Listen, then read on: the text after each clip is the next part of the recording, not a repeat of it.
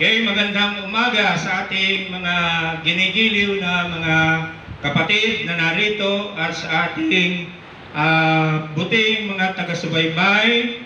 Purihin natin ng Diyos. Amen? Amen. Okay, amen. Pagpatuloy na natin. Ang pag-uusapan natin ngayong umaga, kilala ba natin si Kristo ng ganap? Okay? So, merong mga nagsisimba, sila ay nagbibigay ng kanilang abuloy, ng kanilang mga tithes, ng donasyon. Ngunit hindi nila lubusang kilala si Kristo Jesus.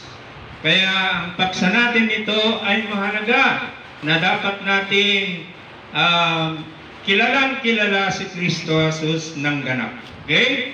Anong ibig sabihin ng ganap? Ito ay lubos natin kilala. Dapat si Kristo Jesus.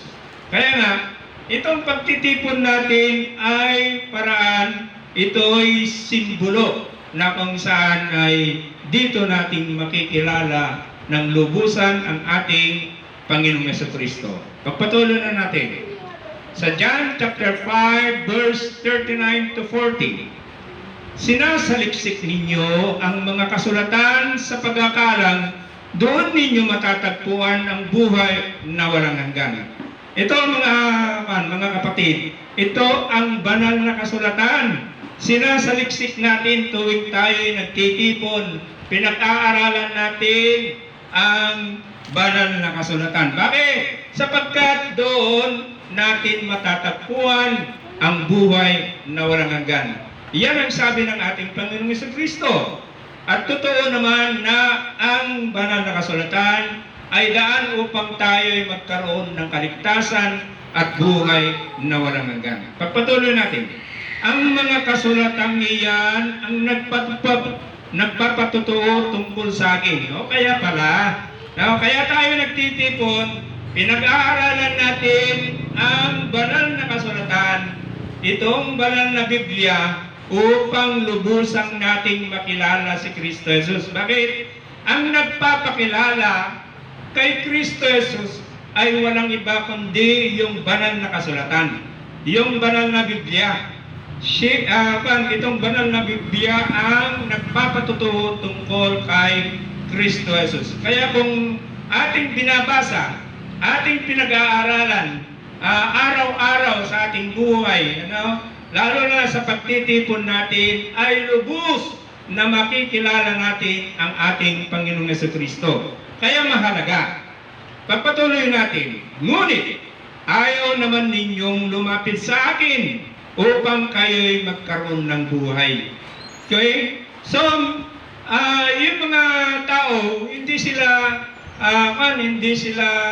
yung sabik na makinig ng salita ni Kristo. Dahil ang salita ni Kristo ang siyang nagpapakilala ng lubusan sa ating Panginoong Jesucristo. Kaya nga, dapat kung tayo binigyan ng pagkakataon ng Diyos na tayo makikipagtipon upang makinig ng Kanyang salita, doon natin matutunan at makikilala natin ng lubusan ang ating Panginoong Jesucristo sa pamamagitan ng pakikinig ng Kanyang mga salita. Okay? Pagpatuloy natin sa Luke 24 verse 27. At ipinaliwanag sa kanila ni Jesus ang lahat ng sinasabi sa kasulatan tungkol sa Kanya. Okay? Nung ang ating Panginoong Jesucristo ay muli siyang nabuhay, at hinarap niya yung mga apostol, yung kanyang mga lingkod, at binigyan sila ng Espiritu Santo ng ating Panginoong Jesucristo. Doon, ipinaliwanag ng ating Panginoong Jesucristo yung nasa kasulatan, nasa banal na kasulatan, kung ano talaga ang mangyayari sa Kanya. Yun ay may itinakdang mangyayari na kaganapan na isinulat sa banal na kasulatan. Simula sa mga aklat ni Moses. So si Moses nagsulat tungkol kay Kristo Jesus. Okay? Hanggang sa mga sinulat ng mga propeta. Kaya nga, ang banal na kasulatan ay binubuo ng kasulatan na ginawa ni Moses, na isang propeta, na dakilang propeta ng Diyos, at mga iba't ibang propeta. Sila'y nagsulat tungkol kay Kristo Jesus. Kaya nga, kung binabasa natin ang banal na kasulatan, ay lubusan natin makikilala ang ating Panginoong Jesucristo. No, ganap natin kilala ang ating Panginoong Jesucristo kung tayo'y nagbabasa ng Biblia, nakikinig ng salita ng Diyos. Okay? So, marami nga na pumapasok naman sila sa nakikimisa sila. Nagbigay sila ng abuloy, nagbigay sila ng kanyang tithes na sinatawag. Ngunit, malayo hindi nila kilala si Kristo Jesus. Bakit? Hindi sila nakikinig ng lubusan ng kanyang salita. Na ang salita ni Kristo Jesus, ang banal na kasulatan, ang siyang magpapakilala, nagpapatuto tungkol kay Kristo Jesus. Kung tayo ay hindi ignorante ng Biblia, ng salita ng Diyos, hindi tayo magiging ignorante kay Kristo Jesus. No? Ignorance for the Holy Scriptures is ignorance for Christ. Yan ang English niyan. Kung ignorante tayo sa banal na kasulatan, sa banal na Biblia, ignorante rin tayo kay Kristo Jesus. Tandaan natin, si Kristo Jesus ang nagbibigay ng buhay sa atin. Ano yun? Yung buhay na walang hanggan. Pagpatuloy natin sa Matthew 16, verse 15 to 16. Kinakausap ng ating Panginoon Jesucristo yung mga apostol. At sabi ng ating Panginoong Jesucristo, tinanong ulit sila ni Jesus. Tinanong ng ating Panginoong Jesucristo yung mga apostol. Ngunit para sa inyo, sabi ni Kristo sa kanya, sino ako? Ganon din sa atin, tinatanong ni Kristo Jesus, kung sino si Kristo sa atin, sa ating buhay. No, tinatanong niya. Ito naman ang sagot ni Simon Pedro. Ang sagot niya, kayo po ang Kristo, ang anak ng Diyos na buhay. So, minsan sa ating paksa ng ating pagtitipon, pinag-aralan natin na ang ating Panginoon si Kristo ay anak ng Diyos. At ang Diyos mismo ang nagsabi, pakinggan ninyo itong ang aking anak. So, maliwanag yun. Ano naman yung Kristo na sinabi ni Simon Pedro? Ang Kristo, tagapagligtas. Ang Kristo, siya yung magbibigay ng buhay na walang hanggan sa atin. Kaya, yun ang pagkakakilala nila kay Kristo Jesus. At yun ay kilala natin siya ng ganap. Sapagkat tayo ay nag-aaral ng banal na kasulatan. Okay? Sapagkat ang banal na kasulatan ang siyang nagpapatuto o nagpapakilala ng lubusan sa ating Panginoong Jesucristo. So sana maliwanag sa atin yun mga kapatid. Pagpatuloy natin sa Amos chapter 8 verse 11. Ito ay sinulat ni Propeta Amos. No? Si Propeta Amos ay nagsulat din tungkol kay Kristo Jesus. No? Ang sinabi ng Panginoong Yahweh, darating din ang araw na papairalin ko sa lupain ang taggutom. You see that? Ang Diyos ay magbibigay ng taggutom sa mundong ibabaw na ito.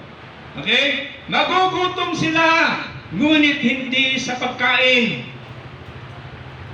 Meron ba yun? Magugutom ka, hindi sa pagkain. Mauuhaw sila, ngunit hindi sa tubig, kundi sa pakikinig ng aking mga salita. So, kung tayo'y uhaw na uhaw sa salita ng Diyos, kung tayo'y uhaw na mag-a-attend ng fellowship, magsisimba ka. Bakit? Bakit anong dahilan? Bakit ka nagsisimba? Uhaw ka sa pakikinig ng salita ng Diyos. Ikaw ay nagugutom, no, sa pakikinig ng salita ng Diyos. Kaya nga darating yung araw na yun Ako ba, sa akin ba'y nangyari yan? Yes! When I started reading the Bible 1979, no, tuloy-tuloy ang aking pag-aaral ng banal na kasulatan hanggang ako'y kolehiyo. Kung bakante ko sa aking pag-aaral, pagdating ko sa boarding house ko, inuupuan ko yung salita ng Diyos. Bakit? Doon nakita ko ako'y nagugutom. Ako'y nauuhaw sa salita ng Diyos.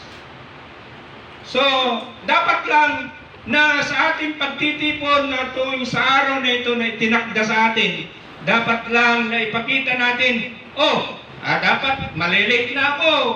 Yan ay pagpapakita na ikaw ay uhaw, ikaw ay gutom sa salita ni Kristo Jesus. Kung bakit ka nakikipagtipon. Okay? Makikita yung mga tao na hindi uhaw sa salita ng Diyos. Hindi sila gutom sa salita ng Diyos. Bakit? May priority. Nauuna si ganito. Hindi sila doon mo makikita na hindi sila gutom, hindi sila uhaw sa salita ni Kristo. Tandaan natin na ang banal na kasulatan na dapat natin pakinggan tuwing tayo ay nagtitipon ay nagbibigay ng kaligtasan at nagbibigay ng buhay na walang hanggan. Ngayon, ulitin natin yung tanong. Kilala ba natin si Kristo Jesus ng ganap? Kilala ba natin si Kristo Jesus ng lubusan? Kung tayo ay naghihintayan tayo ng pagtitipon natin, dapat dito pa lang, alam natin yung oras, nandito na tayong lahat. Bakit? Doon natin ipinapakita na tayo'y uhaw, tayo'y gutom sa salita ng ating Panginoong Jesucristo. Amen? Amen. And God bless us all. Amen? Amen. Amen.